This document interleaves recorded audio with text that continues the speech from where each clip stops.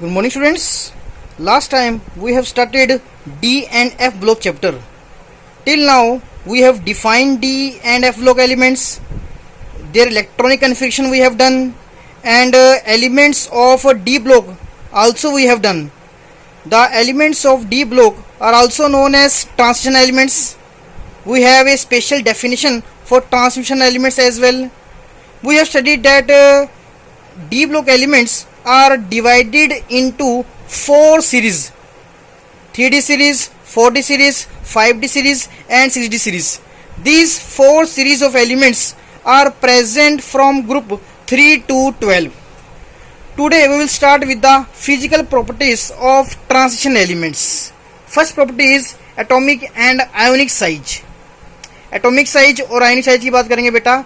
अब हम किसी भी ट्रांजिशन सीरीज में अगर जाते हैं लेफ्ट टू राइट, चाहे 3D सीरीज में जाएं, 4D में जाएं, 5D में जाएं, चाहे 6D में जाएं, अलोंग एनी सीरीज बेटा क्या होता है, टिल मिडवे तक साइज क्या करता है, डिक्रीज करता है लार्जली. ठीक है, इसका रीजन क्या है, आपने 11th क्लास में पढ़ रखा है. लेफ्ट टू राइट जाते हैं, न्यूक्लियर चार्ज इंक्रीज करता है एंड इलेक्ट्रॉन जो है is added into the same subshell. ठीक है, न्यूक्लियर चार्ज इंक्रीज करता है और शील्डिंग इफेक्ट क्या है, कम है, क्योंकि मिडवे तक डी के अंदर इलेक्ट्रॉन्स कम होते हैं, शील्डिंग इफेक्ट कम होगा. न्यूक्लियर चार्ज इंक्रीज कर रहा है बाय 1 यूनिट, तो क्या होगा, force of attraction between nucleus and outer most shell electron will get increased. अगर अट्रैक्शन इंक्रीज करेगी, साइज क्या करेगा बेटा, डिक्रीज करेगा. ठीक है, मिडवे के बाद बेटा क्या होता है, this decrease in size becomes small. उसका रीजन क्या है, मिडवे के बाद न्यूक्लियर चार्ज तो इंक्रीज कर रहा है बाय 1 यूनिट, बट क्योंकि इस केस में शील्डिंग इफेक्ट इंक्रीज कर देता है. पहले इलेक्ट्रॉन मिडवे तक कितने थे, डी के अंदर ओनली 5, अब इलेक्ट्रॉन्स कितने हो गए, 6 हो गए, 7 हो गए, 8 हो गए, 9 हो गए, तो उसकी वजह से शील्डिंग इफेक्ट इंक्रीज करेगा. अगर शील्डिंग इफेक्ट इंक्रीज करेगा, attraction between nucleus and outer most ns orbital electron will get decreased. बीच में शील्डिंग इफेक्ट आने की वजह से आउटर मोस्ट शेल जो एनएस है हमारा और हमारा जो न्यूक्लियस है उसके बीच में अट्रैक्शन जो है अब थोड़ी वीक होगी. अगर अट्रैक्शन थोड़ी वीक होगी, अब साइज जो है इतना ज़्यादा डिक्रीज नहीं कर पाएगा. तो इसीलिए मैंने सेकंड पॉइंट लिखा है, after midway decrease in size is small. This is due to that now shielding effect also increases. ठीक है, अब बेटा अगर हम at the end of the series जाते हैं, जैसे 3D सीरीज में हम कॉपर टू जिंक जाते हैं, कॉपर का एटॉमिक नंबर होता है 29 और जिंक का होता है 30. मीन्स अगर हम लास्ट में जाते हैं, अब साइज क्या करता है, इंक्रीज करता है. उसका रीजन क्या है, अब अगर हम कॉपर टू जिंक जाएंगे तो जिंक के अंदर सभी डी सबशेल के जो इलेक्ट्रॉन हैं सभी पेड हैं. ये पेड इलेक्ट्रॉन्स आपस में इलेक्ट्रॉन रिपल्शन करेंगे, जिसकी वजह से इलेक्ट्रॉन क्लाउड जो है वो एक्सपेंड करेगा. ठीक है, due to electron repulsion the electron cloud will expand and that is why at the end of the series size get increased. ठीक है, तो थर्ड पॉइंट मैंने क्या लिखा है, eight the end of the series जैसे एग्जांपल लिया हमने copper two zinc, size increases. इसका रीजन क्या है बेटा, बिकॉज ऑल द इलेक्ट्रॉन, यहाँ पर बेटा बिकॉज आएगा, देयरफॉर नहीं, बिकॉज यहाँ बिकॉज कर लेना, because all the D subshell electrons get paired, hence electron repulsion takes place which expand the electron cloud. Clear है बेटा, ये तो बात होगी अलोंग द सीरीज की. अब बेटा हम डाउन द ग्रुप जा रहे हैं. किसी भी ग्रुप में अगर हम डाउन द ग्रुप जाते हैं तो साइज क्या करता है बेटा, इंक्रीज करता है. तो इसका रीजन क्या है बेटा, क्योंकि नीचे वाले ग्रुप के एलिमेंट्स के पास ज़्यादा शेल्स होते हैं. अगर शेल्स ज़्यादा होंगे तो साइज क्या होगा, ज़्यादा. तो डाउन द ग्रुप जाने से size increase due to increase in number of shells. जैसे 4D सीरीज के एलिमेंट्स का साइज कोरस्पॉन्डिंग 3D सीरीज के एलिमेंट्स के कंपेरिजन में क्या होगा, ज़्यादा. कोरस्पॉन्डिंग मीन्स जो एक ही ग्रुप में आते हैं.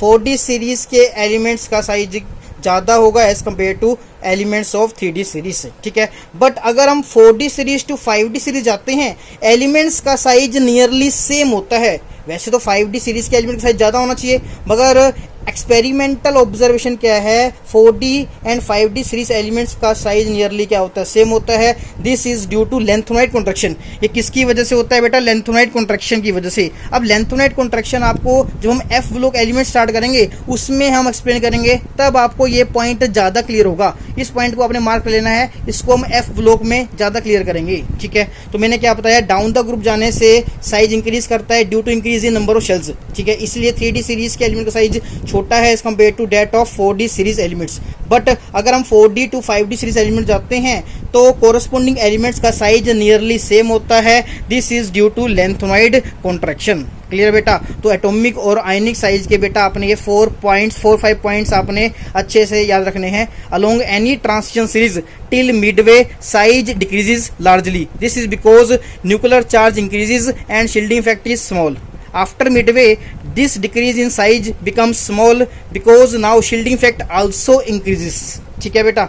At the end of the series, size again increase करेगा because all the electrons of the d subshell get paired, hence electron repulsion takes place which expand the electron cloud, ठीक है बेटा। Down the group जाने से मैंने आपको बता दिया जनरली साइज इंक्रीज करता है due to increase in number shells, but 4D and 5D series के एलिमेंट्स का साइज नियरली सेम होता है ड्यू टू लेंथनॉइड कॉन्ट्रैक्शन। और लेंथनॉइड कॉन्ट्रैक्शन आपको एफ ब्लॉक एलिमेंट्स में हम एक्सप्लेन करेंगे। क्लियर है बेटा। सेकेंड प्रॉपर्टी लेते हैं बेटा डेंसिटी। डेंसिटी का फॉर्मूला होता है atomic mass divided by atomic volume. Atomic volume का फॉर्मूला होता है 4πr³, where r is atomic radius. अगर एटॉमिक रेडियस इंक्रीज करेगा तो एटॉमिक वॉल्यूम भी क्या करेगी, इंक्रीज, ठीक है।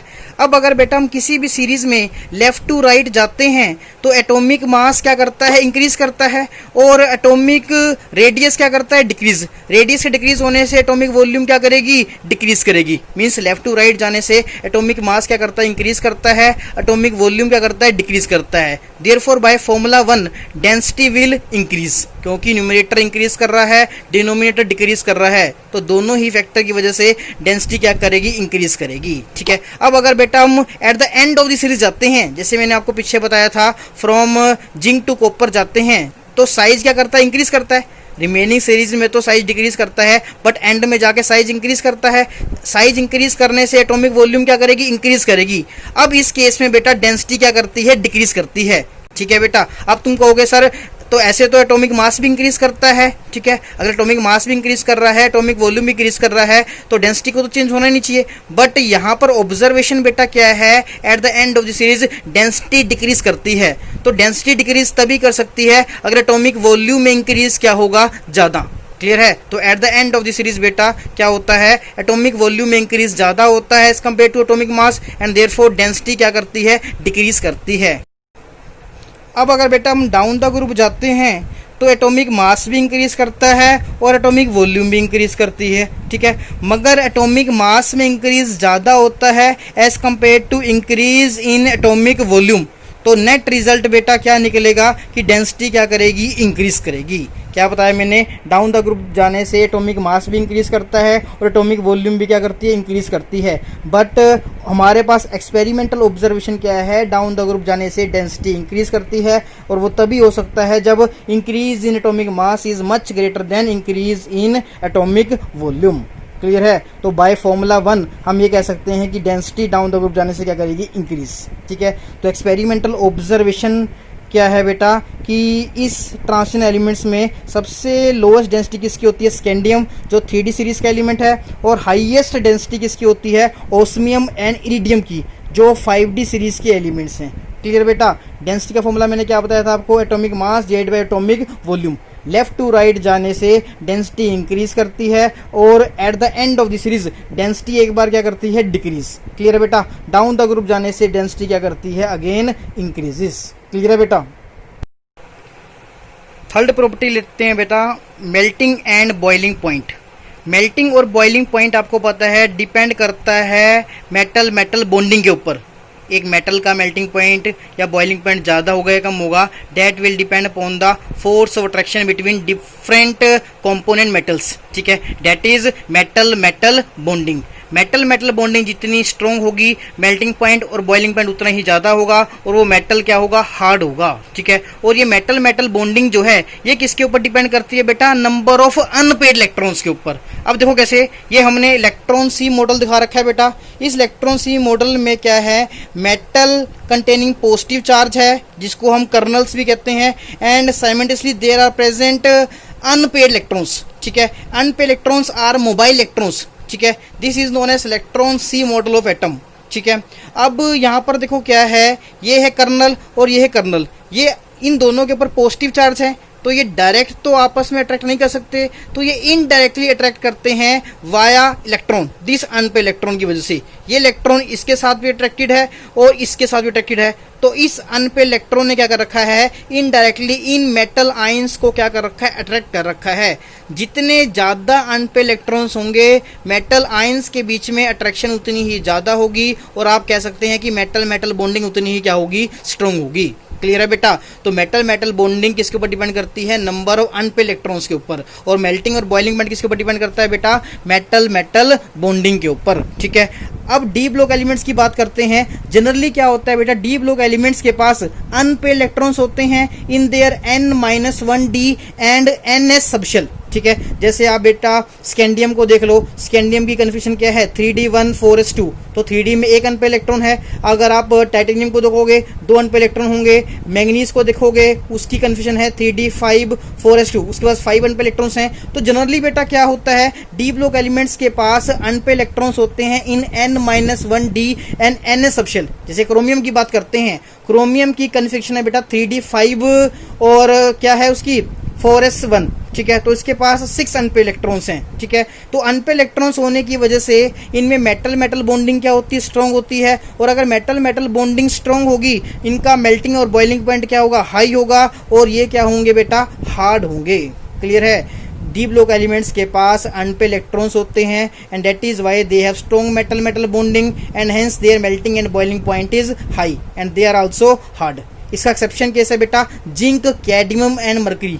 ये डी ब्लॉक के एलिमेंट्स हैं, मगर इनके डी सबशेल में और जो आउटर मोस्ट एन सबशेल है वो कंप्लीटली फिल्ड होता है, इनके पास अनपेड इलेक्ट्रॉन्स नहीं होते इन सबशेल्स के अंदर, and that is why they have very weak metal metal bonding, ठीक है। तो इसकी वजह से इनका मेल्टिंग और बॉइलिंग पॉइंट वेरी लो होता है एंड दे आर सॉफ्ट, और ये क्या होते हैं बेटा, सॉफ्ट होते हैं। मैग्नीज का केस भी बेटा आपको बताना चाहता हूँ। मैग्नीज की कन्फिग्रेशन होती है 3d5 4s2। अब आप कहोगे कि सर इसमें तो 5 अनपेड इलेक्ट्रॉन्स हैं, इसमें भी मेटल मेटल बॉन्डिंग क्या होगी, स्ट्रॉन्ग होगी, मगर ऐसा नहीं है।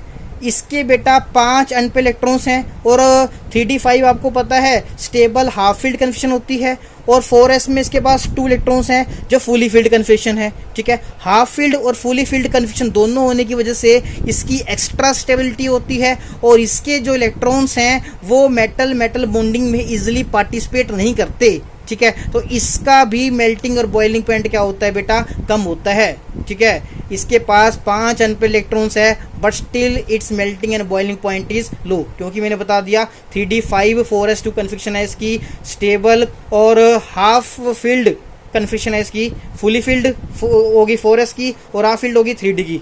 इस स्टेबल कन्फिग्रेशन की वजह से इसके इलेक्ट्रॉन्स मेटल मेटल बॉन्डिंग में पार्टिसिपेट नहीं करते, and that is why it's melting and boiling point is also low. Clear बेटा। अब हम वेरिएशन देखते हैं, जब हम लेफ्ट टू राइट जाते हैं मेल्टिंग और बॉइलिंग पॉइंट कैसे वेरी करता है। इसी तरह अगर हम डाउन द ग्रुप जाते हैं तो मेल्टिंग एंड बॉइलिंग पॉइंट कैसे वेरी करेगा वो हम देखेंगे बेटा। अब बेटा वेरिएशन देखते हैं मेल्टिंग और बॉइलिंग पॉइंट की अलोंग द 3D सीरीज।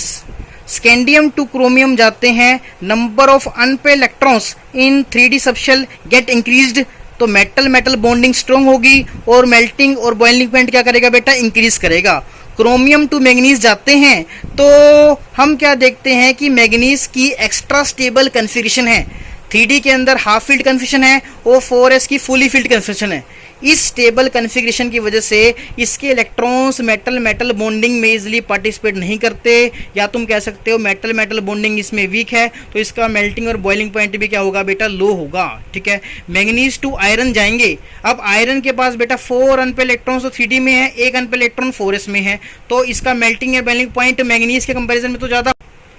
अब बेटा जब तुम आयरन से जिंक की तरफ जाते हो तो इलेक्ट्रॉन्स की पेयरिंग स्टार्ट हो जाती है। इलेक्ट्रॉन पेयरिंग की वजह से number of unpaired electrons decrease करेंगे, मेटल मेटल बॉन्डिंग वीक होगी और मेल्टिंग एंड बॉइलिंग पॉइंट भी क्या करेगा, डिक्रीज। जिंक के पास बेटा कोई अनपेड इलेक्ट्रॉन्स नहीं होते इन 3D and 4s subshells, and that is why it has lowest melting and boiling point among all the elements. ठीक है। तो ग्राफिकली समझते हैं बेटा, स्कैंडियम टू क्रोमियम जाते हैं तो क्योंकि अनपेड इलेक्ट्रॉन्स इंक्रीज करते हैं, melting and boiling point increase करेगा। क्रोमियम टू मैंगनीज जाते हैं तो अनपेड इलेक्ट्रॉन्स जो हैं वो पार्टिसिपेट नहीं करते in the metal metal bonding, तो मैंगनीज का मेल्टिंग एंड बॉइलिंग पॉइंट कम होता है। मैंगनीज टू आयरन जाते हैं तो क्या होता है, इलेक्ट्रॉन्स पार्टिसिपेट करना स्टार्ट कर देते हैं, ठीक है। तो मेल्टिंग बॉइलिंग पॉइंट इंक्रीज करता है। और आयरन के बाद जब हम जिंक की तरफ जाते हैं, पेयरिंग स्टार्ट हो जाती है, डी सब शेल के अंदर अनपेड इलेक्ट्रॉन्स कम हो जाने स्टार्ट हो जाते हैं and therefore metal metal bonding gets weaken. इसकी वजह से मेल्टिंग एंड बॉइलिंग पॉइंट क्या करता है बेटा, डिक्रीज करता है। क्लियर है बेटा। स्कैंडियम टू क्रोमियम क्या करेगा, melting and boiling point increase करेगा। क्रोमियम टू मैंगनीज क्या करेगा, डिक्रीज।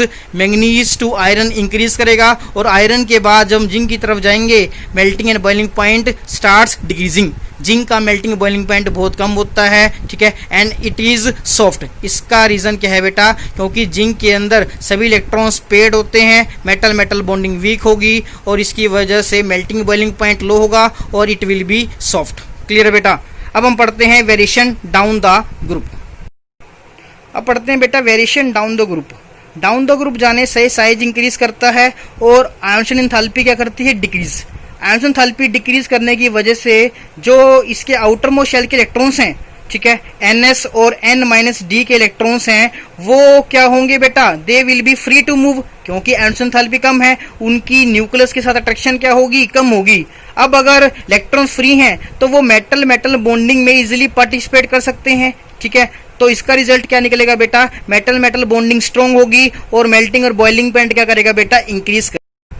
डी ब्लॉक एलिमेंट्स में बेटा टंगस्टन का मेल्टिंग पॉइंट सबसे ज्यादा होता है।